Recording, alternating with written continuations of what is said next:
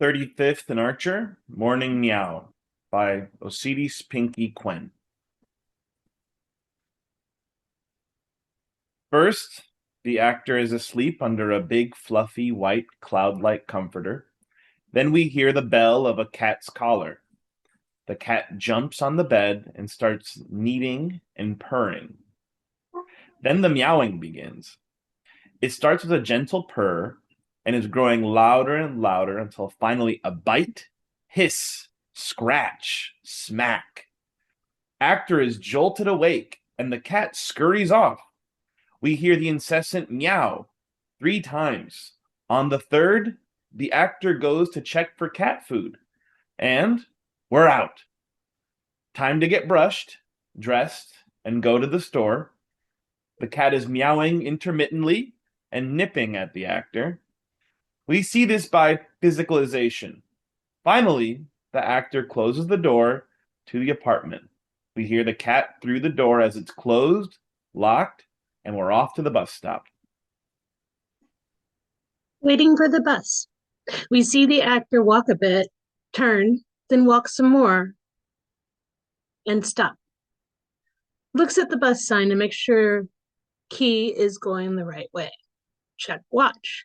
Then phone, gets distracted, and begins to scroll through social media. Key hears the bus come to a slow... Key almost misses it. Both play a little game of chicken until finally Key is on the bus. Ken squeezes through the people. This is funny. And is stuck standing. Key leans to one side and the other, and then a little hop, imitating the movements of the bus, until Key almost loses balance while they pull the string to ding, hops off at the needed stop. Getting to the store. The 2 automatic doors open. Puff of air blows through their hair. Key walks to the cat food aisle, trying to decide on which can. Key picks up one and carries 12 loose cans of cat food, almost dropping the can while they get to the register. The cans all spill over on the counter. The cashier offers Ken a bag. Key doesn't take it, choosing to precariously carry the cans to the train station. Going home on the train, hands full of cans and a cane. This is Charlie Chaplin shenanigans. Goofy Penguin walk to the train elevator. Doors open. Key steps in. Everything's going well. Then Key realizes Key is standing in pee. Elevator doors open. Key almost slips and drops the cans. Catches one, drop another, 2, 3 times. Key is safe. Nary a can fell on the floor. Success. The train comes. Key gets on. We see the doors closing and the cans drop. Doors close. End of show. Bonus scene of Ken chasing the cans rolling on the train. Ashland, Vitamin Flea by Jared Goudsmit. M and P, a couple, stand with suitcases. H crouches nearby. This place is gross. Pigeons are nice.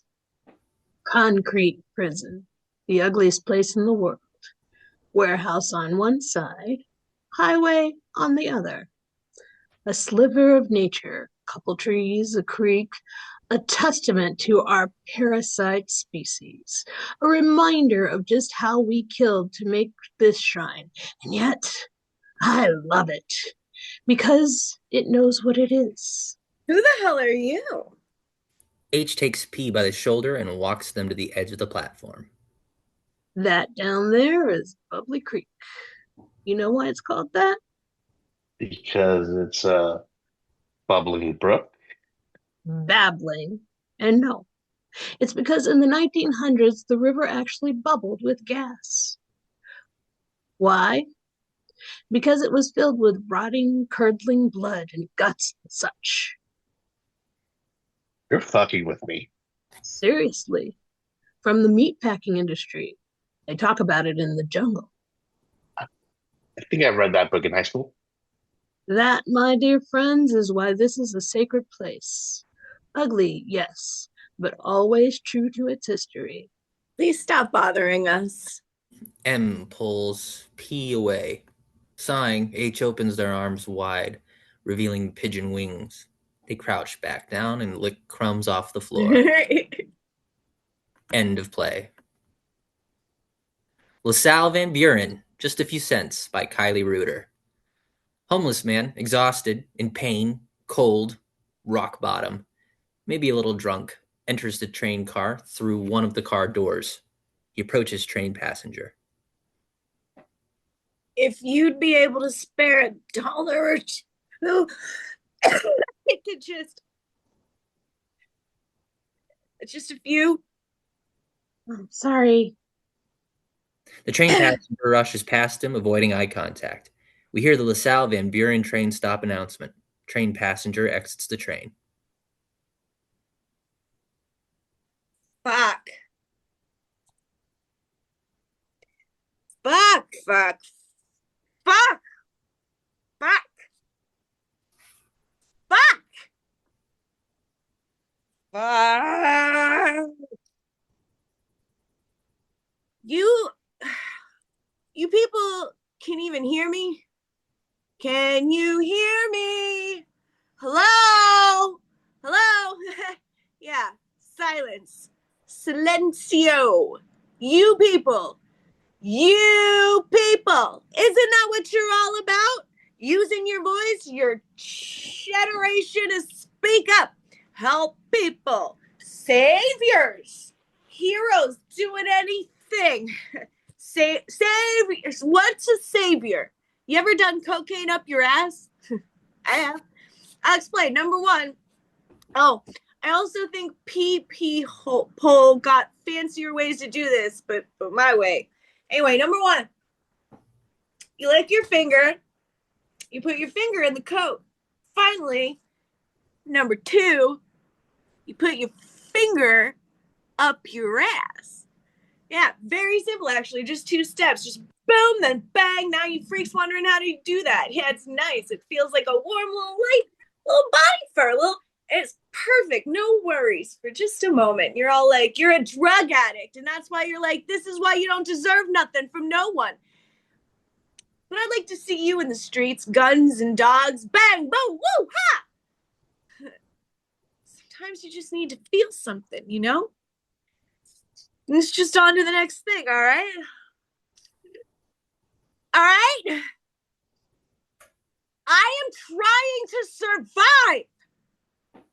Trying to survive. I'm just trying to survive. And none of you look at me. Why? Are you afraid? Alarmed? Angry? Agitated? You ashamed? Homeless man leans back in a train seat and starts to smile. Starts to giggle again. Then really giggle. With a sigh, his vision lingers straight forward, exhausted, lost, just fucking sad. He says, I'm getting cold out. end of play. Irving Park by Alexander Sayers. Bree is sitting on the train, hunched over their phone, wearing a backpack and carrying a tote, both full of props for an upcoming show. The train clock says 6:17 p.m. Scroll. Check Insta. Text sent. Running late. Check Reddit. Text received. Don't worry about it. I'm just getting there too. Check email. Text received. Haha reaction. Is it ready? Am I ready? What to do? Get off. Print. Cut. Run. Meet talent. Rehearse. Check drive. Check script. Bree looking for a script. This is Irving Park. Pre stands still looking through their bag, balances in an expert way one does, who has experience multitasking while standing on the L. Doors closing. Excuse me. Ding Doors dong, closing. Excuse me. ding dong. For your safety, please stand clear of the closing doors. Coming through. Ding dong. Pre slams up against the closed door, spills all their bags. Addison is next.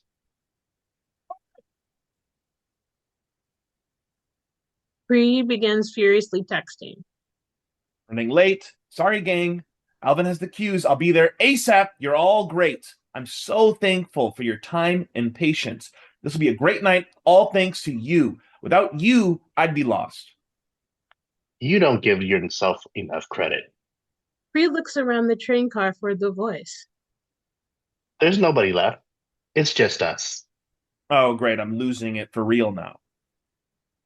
I want to show you something. What the fuck? Who are you? I'm Lee Crooks, the voice of the CTA. I want to show you something. I need to get to the show. People are counting on me. Don't worry, you'll make the show. I've taken you outside of space and time. I see that you take this route every month for the same show, and every time you're in quite a tizzy. Yeah, well, I'm usually running late. Are you? Yes, I'm a serial procrastinator. So what? So what? Yeah. So what? Maybe you put things off, but maybe you get them done, right? But you get them done, right? But I would like to not be stressed. What if it doesn't work out, and it could have been better if I had been more prepared? Maybe this is just who you are. But I don't want to be this way. Please take me back to the stop. Almost there. Now! Lights go by fast. This train has never moved this fast. The clock moves rapidly until it displays 9:43 p.m. Ding dong. This is Irving Park. Bree scrambles to pick up their belongings. As they do, someone walks on, dressed exactly like they are, with the same tote bag and backpack. They are on the phone. You wouldn't believe the crowd work this guy did. Yeah, I knew he was good, but I hadn't seen him on stage in years. Oh yeah, they all mesh so well together. I'll fill you in more when I get home. Okay, I love you. I couldn't do this without you. Post puts down their phone and watches the skyline go by out the window in a post-show bliss. Looks like it's going well tonight. It always does. So I've noticed. Same time next month?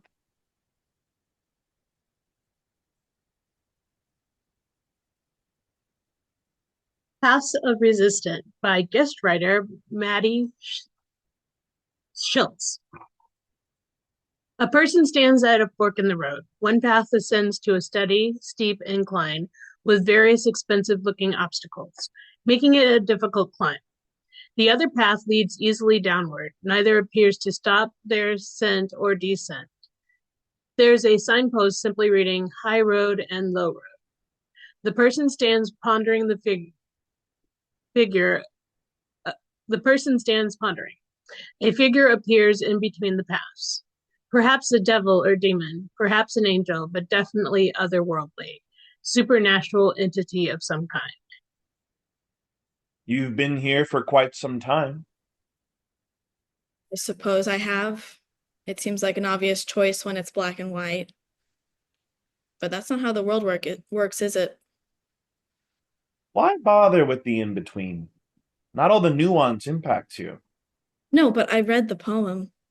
They'll come for us all in the end. Of course they will. And both these roads lead to death. You say that as if death is something to fear. Isn't it? If it is, then shouldn't we fear for the deaths of others as well as ourselves? Shouldn't that fear make it impossible to turn away? That is something for me to answer for you. Or at all. I am immortal, after all. You're only immortal for as long as there's living creatures around to make decisions. Perhaps. But why go through all the extra turmoil when all it will do is lead you to your doom, when you could live and die comfortably instead? I could live comfortably, that is true. But is it worth the loneliness? Is the lack of loneliness worth the heartache of loss? The person looks back and forth between the two paths. Shouldn't the heartache of loss be worth the joy of success and celebration? Do not be mistaken. These paths are yours to walk alone, with no aid to help you. The path you take will be traversed without a hand to hold or a net to catch you if you fall. High or low, good or bad, there is loneliness in both these paths.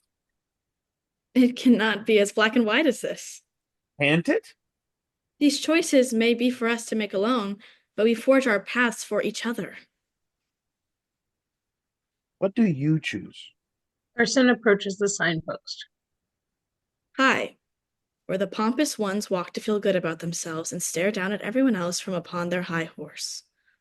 Or low, where the ones with no spine cower in the dark. Person pulls the signpost from the ground and turns to the overgrown middle ground between each path. Upon further inspection, many desired paths that can be seen, spreading out like tree branches, supporting the intertwining with one another. The otherworldly entity disappears. Person takes a step towards the desired paths. Blackout. Addison by Josh Leeper.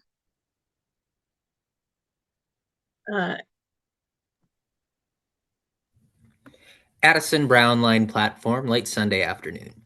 Kara enters on the railing holding two Trader Joe's bags that are clearly not about to rip, baguette sticking out of one. And Ben stands nearby with a single bag and a bouquet of sunflowers. The train hasn't come in 12 minutes. Ben and Kara notice each other's bags. Kara decides to break the silence. Sunflowers. Let me guess, you weren't planning on getting those today.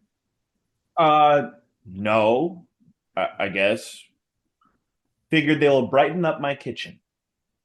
Real cool. You went in for hummus, came out $43 later with an emotional support flower. Very cool. Okay. Yes. And peanut butter pretzels.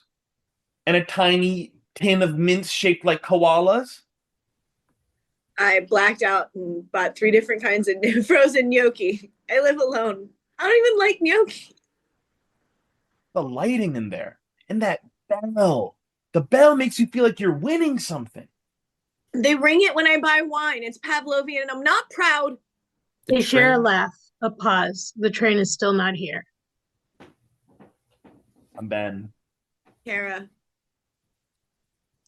I'm here often. The train? Yeah. No, I mean... Trader Joe's. Probably too often. Cool. Actually, I usually go to the one in Lincoln Park. Oh, I prefer this one. That one's full of DePaul students and emotional instability. You say that like this one's not. Sure, but here it's seasoned instability. People who've seen things, people who've lived, who can get on a packed train with a baguette poking out of their bag without hurting anyone. They both look down the tracks. Still no train. Ben looks to the ticker. Speaking of, the tracker says the train's approaching. It's been approaching for 18 minutes. Classic. You know, at this point, it's personal. What did I do to you, CTA? They share a smile, a quiet beat. Ben adjusts the flowers. Kara shifts her heavy bags. Maybe it's not the train we should be waiting for. The sunflower talking. What? No. Oh, it might have been my gnocchi, actually. Right. Okay, I'll bite. What are we waiting for, Ben? Whatever comes next. They look at each other. The train never comes. The lights fade. Grease was the word back then, too, by guest writer Gary Houston. I was out of breath and late for the rumble. Brandishing a radio aerial, I busted off a car. Our enemies, the Flaming Dukes, hadn't shown. But I knew, as I scrambled to where the Burger Palace boys stood waiting, that I had to prove I was up for a rumble. I screamed, "Okay, where the fuck are they?" Furiously, I swung the aerial. Thunk, twank. Someone said, "Geez, Gar, you watch it?" The aerial's inner rod had unsheathed and was whiplashing inches from a guy's crotch. And I stopped being Roger, or Rump, Rydell High's Mooning King. This was January 1971. We were rehearsing Grease, a new rock musical about 50s juvenile delinquents. Guy Burrell, the guy I nearly neutered, was our director, who sat watching us in the Kingston Mines Theater Company's space at 2356 North Lincoln. It had once been a trolley barn. The sagging wood beams of its vault-like ceiling, its score of creaky stairs to a seedy dressing room, its drafty alley dock door, and its two elephantine but nearly useless furnaces would limn into a fixed memory the cavern that had housed off-loop shows for only one full season, and it would house such shenanigans for barely two more. While rehearsing this comically uproarious look at ethnic white Chicago high schoolers in an untroubled pre-Vietnam era, we thought on the one hand that this show was going to be some kind of hit, and we tensely fantasized, actors being what they are, about whether we, or who among us, would go with it, wherever that would be. On the other, we wondered if such an irrelevance was worthy of us, of what our generation was supposed to be about. More than one of us must have harbored that conceit, plus a paranoia about what Nixon's recent election signified, and a notion that late 60s movement prophets had been right about repression being just around the corner. Were we, the preeningly pomaded, engineer boots-clad punks of Greece, destined to be the icons of that? Early feedback came during a preview when a hippie girl left the Kingston Mine stating loudly, "I always knew this was a fascist place." Grease creators Jim Jacobs and Warren Casey had no doubts. Their Rydell High was based on Jim's Chicago alma mater, Taft, his mindset's era being not the plumply self-satisfied 50s of Ike and Pat Boone. It was the late 50s, early 60s of tortured teen idol effusers, Dion, Little Anthony, Paul Anka. Jacobs would insist that nuggets of true soul resided in these pre-Beatles yearnings. In creative tension with his earnestness was the parodistic Casey, who soon would be delivered from retailing ladies' undergarments, but not before drawing inspiration therefrom. Like when the Sandra Dee-ish Sandy, created at the Mines by Leslie Gotteau, sang, "It's raining on prom night." The line, "It's wilting the quilting in my maiden form," or in Freddie My Love, when Marty, created by the baby-fatted star-to-be Mary Lou Henner, sang to her Marine stationed in Japan, "Freddie, you see, you'll hold me in your arms someday, and I will be wearing your lacy lingerie." And my favorite, when Hedda Lubin as Frenchie, the beauty school dropout, was surrounded by seraphs and enraptured, despite her guardian angel's unkindness. Well, at least you could have taken time to wash and clean your clothes up after spending all that dough to have the doctor fix your nose up. Jacobs was pursuit and perfectionist. Before enlisting Guy Burrell to direct, he ran rehearsals himself on the uneven third floor. His struggles were against a cast's ineptitude by capturing the right one. "I'm not hearing greasers here, guys," he would say. "I'm hearing, I don't know what. I'm hearing the dead end kids, for Christ's sakes. Sue is the only one I'm hearing who's got it. Check her out." He meant Sue Williams, whose delivery was tough but unmannerly. So who would stand time's test at the best Rizzo ever? Jim took some pains to discourse on spitting variations like the drizzler from between front teeth, the goober that when released sounds something like a blow dart. The way you spit, he lectured, was like a code. It said a lot about how your character was different from somebody else's. A penchant for authenticity made us get a real car, a 1951 Chrysler, for Greased Lightnin', the hot rod of the character, later dropped, Miller.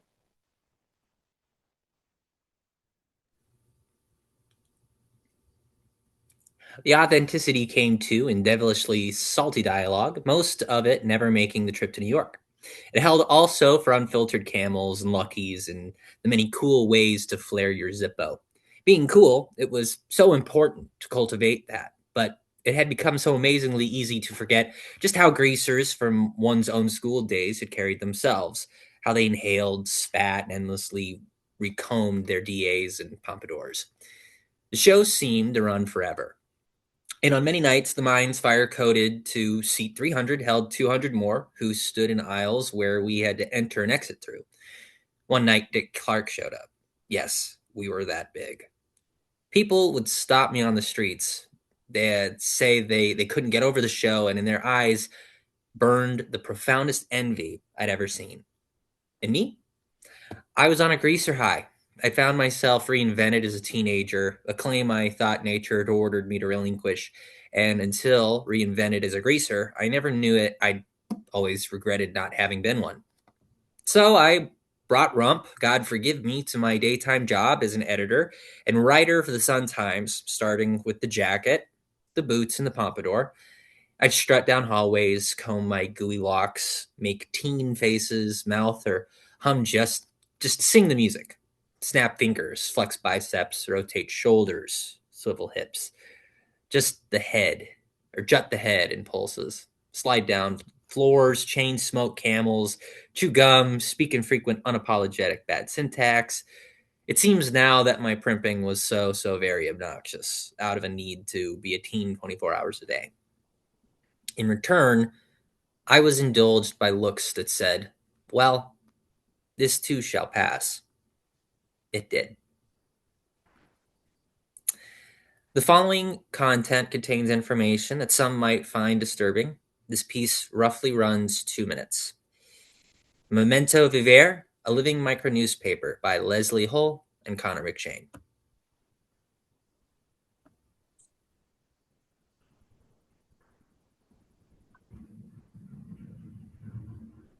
A 135 people dead in Texas floods. Death toll tops 55,000 in Gaza. 4 killed, 14 wounded in Chicago mass shooting.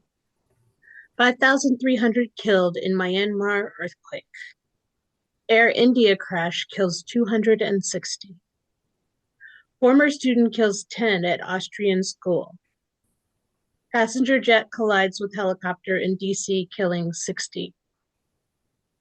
Hurricane Helene death toll reaches 252.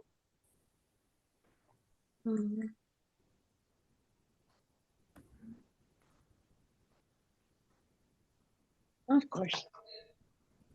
I was at home when it happened. The news said I should do something, but I didn't.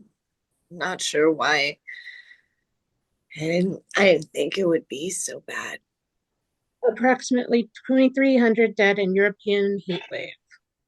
Confirmed COVID-19 deaths top 1.19 million in the U.S. Everything happened. At least so 29 people dead in LA wildfire. By the time I understood what was happening, 15 children have died in hot cars in the past few months. The most helpless. Children queuing at Gaza Health Center killed in Israeli You want to strike. help, but you can't. Death toll passes 30 in Bangladeshi jet. It's more than 1 million dead or injured in the Russia-Ukrainian war so far. I don't know how I Dozens made it. Killed when tourist boat capsizes in Vietnam. More than 3,000 people dead in less than 2 weeks of fighting in the Democratic Republic of Congo. I don't know where to put all 31 dead so in much government protest in Kenya. Still here. At least 7 dead in wave of explosions in Colombia. I don't want anything. More than from 170 anyone. Killed in flooding in Pakistan. It's gone. I just want someone to feel this with me. I don't know if that can be done. I could do that. End of play. Diva, a micro-living newspaper by Ben Schatzel. Cherry Orion sits in a makeup chair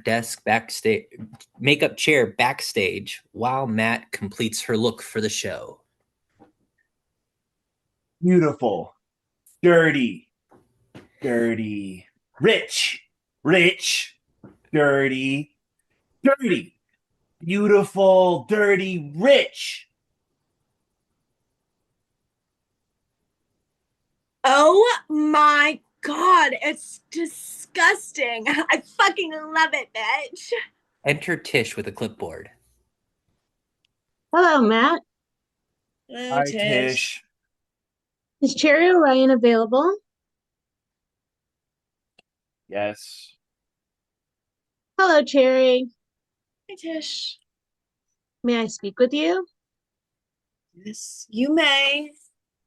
Thank you.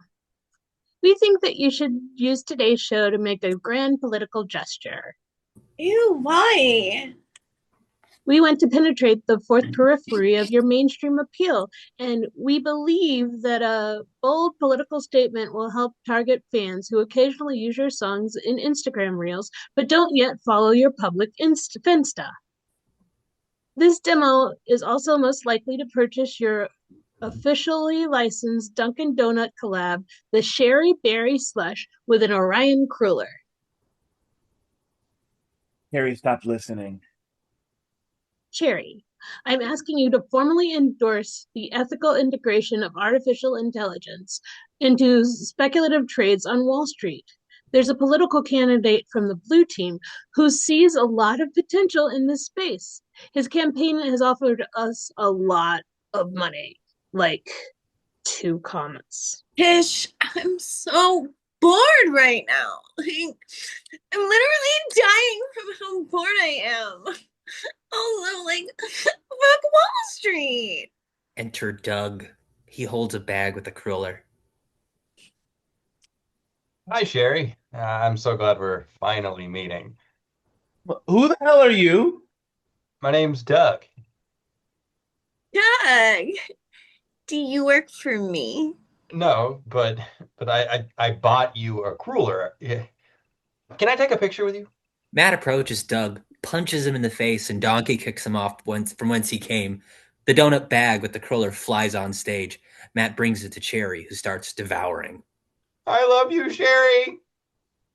Cherry, Republicans in Congress are pushing to give every police department a personally signed Trump nuke. Can we count on you to help us defeat fascism? Senator Metelsky will help us move away from woke social issues and towards esoteric macroeconomic policies that educate voters on what is in their best interests. We expect great electoral success for the party. Then they're not my fucking party. Girl, I've had enough parties. Nobody fucking cares about the intersection of AI and speculative interest or whatever the fuck. Do you live under a rock? Does that rock have a Supreme Court? I mean, fuck. Cherry, please be reasonable. There's serious money at play. Listen, please, just listen. How do you feel about $70 million minus a 20% manager cut, 35% cut to the publicist, a $12 booking fee, and oh, you're going to love this one, a flat $1 million to secure your brand new Metowski Mama Mobile. Get this, a hot pink Cybertruck with attached military-grade glitter cannons and a matching pink tracksuit. Hey, Tish. I want you to know that I say this with love. Not a lot, but some. Why don't you get your head out of your flat ass? Cherry's paying you to sell her tickets, not to sell her out. I think you should go home and get some rest. I would hate for your crow's feet to be looking like this during Sunday brunch. Cherry! The Cybertruck can hover for up to 3 city blocks. Paid photos at the Crypto Expo for Nepo Bros in Los Poconos. Exclusive access to Malia Obama's 30th birthday at Mercedes-Benz Stadium. We need you to save the future of American democracy. Cherry! What do you say, Cherry? It's showtime, bitches. Cherry steps out of the green room. Nat, Tish, and Doug enter the audience. The green room transforms to a concert stage. Pop instrumental music plays as a spotlight hits the entrance. She works the audience as she struts forward before posing center stage. I'm Cherry Orion, and I'm running for president. Blackout, Hot to Go by Chapel Roan. Once in a Generation, a micro-living newspaper by Lisa Delagerino Farron. Sarah and Abby give themselves mani-pedis while drinking mimosas. All this rain. It's gonna mess with my toes when I leave. You'll just have to stay and drink until we're sure they're dry. What a sacrifice. But seriously, all this rain. Dave texted me that the streets are flooding. Stay and drink until the streets are clear and toenails are dry. We have enough alcohol for that? The storm is like stalled on top of us. I have 4 kids under 10. I have enough alcohol. Storms didn't used to stall like this. The city's never had a good drainage. And these once-in-a-generation storms don't help. So many of them. What is up with this generation? Rotten luck. These once-in-a-thousand-year floods. The floods. Like in Texas? All those little girls. But who could have predicted it? Well, I guess the camp was in a flood zone. True. But no one expected it to flood like that. Once in 1,000 years. Sad. Oh, sad. They paint their toes, they drink their mimosas. Probably not the best time to cut funding to the National Weather Service, though. Or the NOAA. Probably need those right now. I feel like we might. But then again, we get so many weather warnings. Eventually just start ignoring them. So maybe it doesn't matter if we're going to ignore warnings anyway. Maybe what we need is just for the government to say, we're policing this now. But government only says that when it's talking about women's bodies. And immigrants and trans kids. Right. It's hard to get people. It's hard to get people on board with governmental policing of things like a natural disaster. Which is a shame, because we sure have a lot of them these days. Remember Sherry complaining at the Little League game last week about how the people rebuilding their homes and after the wildfires in Maui are being micromanaged by the government on where and when they can build? I do. That's communism. Like Sherry's life here in Connecticut is affected by boost in infrastructure resilience happening in Maui. She's the worst. But there's a lot of people like her who think we should have the right to decide for ourselves if we want protection from this stuff.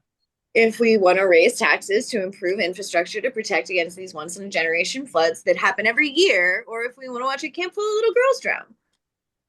It's what makes us uniquely American. Our freedom. But I'm not quite free to leave your house right now. No, you'll be swept away and your toenails will be ruined. Do you think we should be making a bigger deal of this? Mani-pedi Sunday? I offered to make a playlist.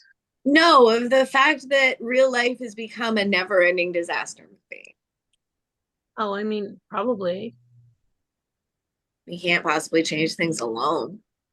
Well, maybe we're not alone now. Maybe we should start making more noise to force our leaders to change things, or at the very least, to help like-minded people find us. You think it'll do anything? I don't know. There's a lot of Sherrys out there. All it might do is allow us to greet the once-in-a-generation storm that kills us with a clean conscience. Do you think that's enough? I think I prefer to go down swinging. Yeah. Thunder peals, Sarah rises.